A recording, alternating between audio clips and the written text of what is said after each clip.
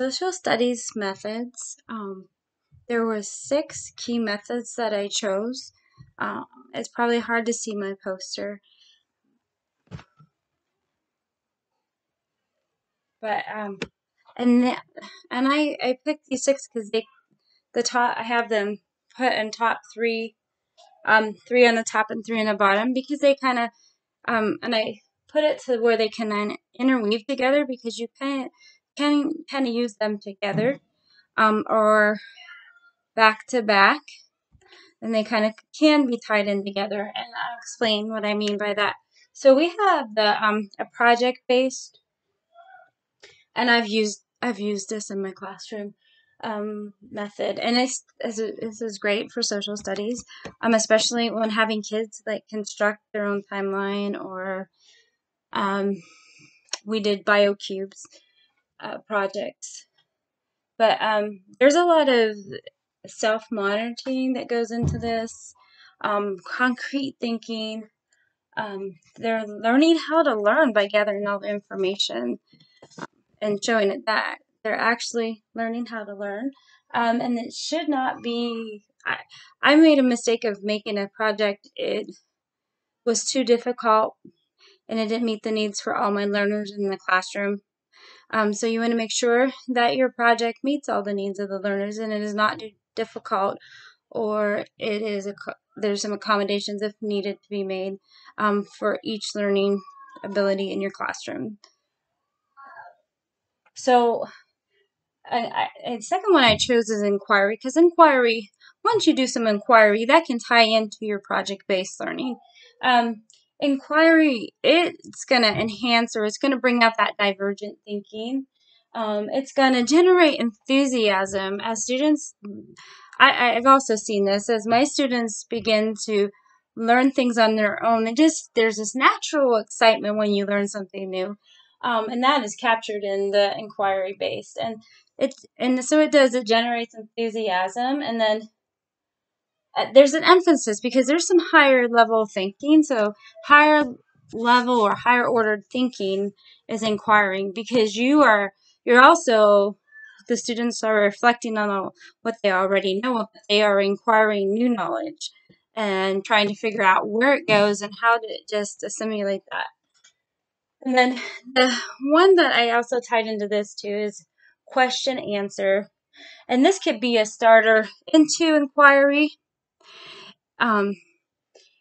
to do maybe before, because students really, really get a sense of what they need to look for in inquiry when you use a question and answer base.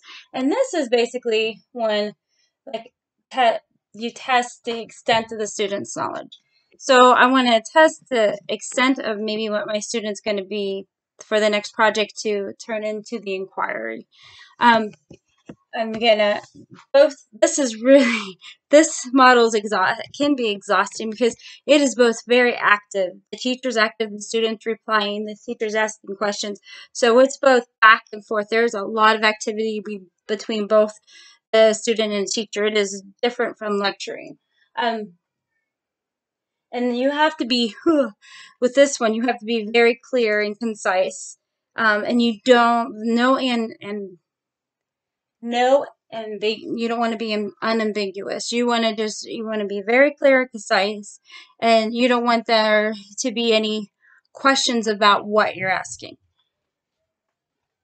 And then I tied in the construction model. Construction and project-based, I should have flipped the pictures. The construction model, students learn by doing. And also one thing about my chart is it hits all the learning. I have different learning abilities in my classroom. A lot of my learners learn differently. I do have the majority are social learners, but they all kind of learn differently. So this construction model is my kinesthetic learners. Oh, this is a great it's a great method in social studies as well to use. Students, they learn by doing. They're simulating and motivating, but this has to be thoroughly supervised. And you have to continue to reiterate the classroom rules. And when you're doing construction base, I did a volcano for my science class. And what I know now is I've never worked with clay. And before I knew it, I went to my desk to get something, and the students had my freshly cleaned carpet, because our carpets got cleaned at the beginning of the year, covered in clay. I had no idea how messy clay could be. And as soon as I turned my back, so you want to make sure that you are with your students and you're constantly on observing and on the look and watching, monitoring for safety as well. And then dramatization, it's the same kind. It's more hands-on too, and it's more of expressive learning, like construction. So you have this is one of the most effective methods, and I like this method because it creates a sense of belonging.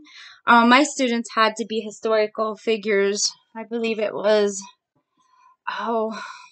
the beginning of the colonies, and they had an interview, and I just got to see the way that they interacted with each other. But they kind of felt safe because they were a different character.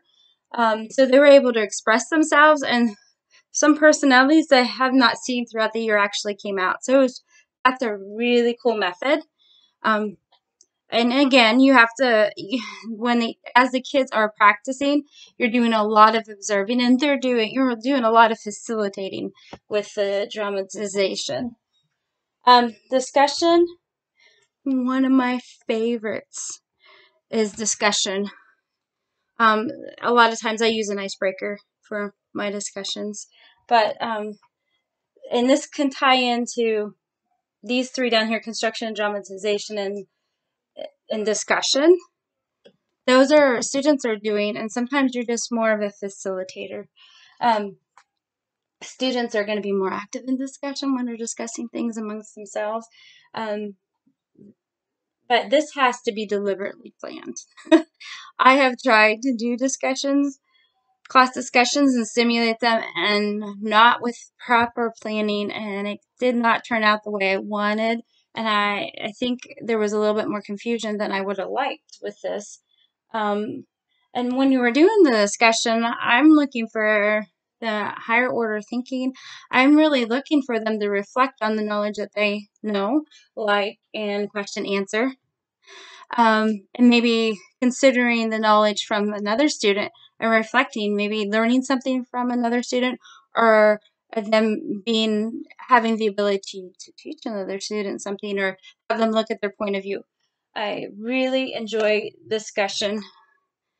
It also, I think it creates once there's proper rules in place, you have to have proper rules in place. And for all these 6 methods that I've chosen, you have to have great classroom management. If you're still learning on classroom management and you're not solid in it, these won't work as well as you would like. And that ends my social studies methods.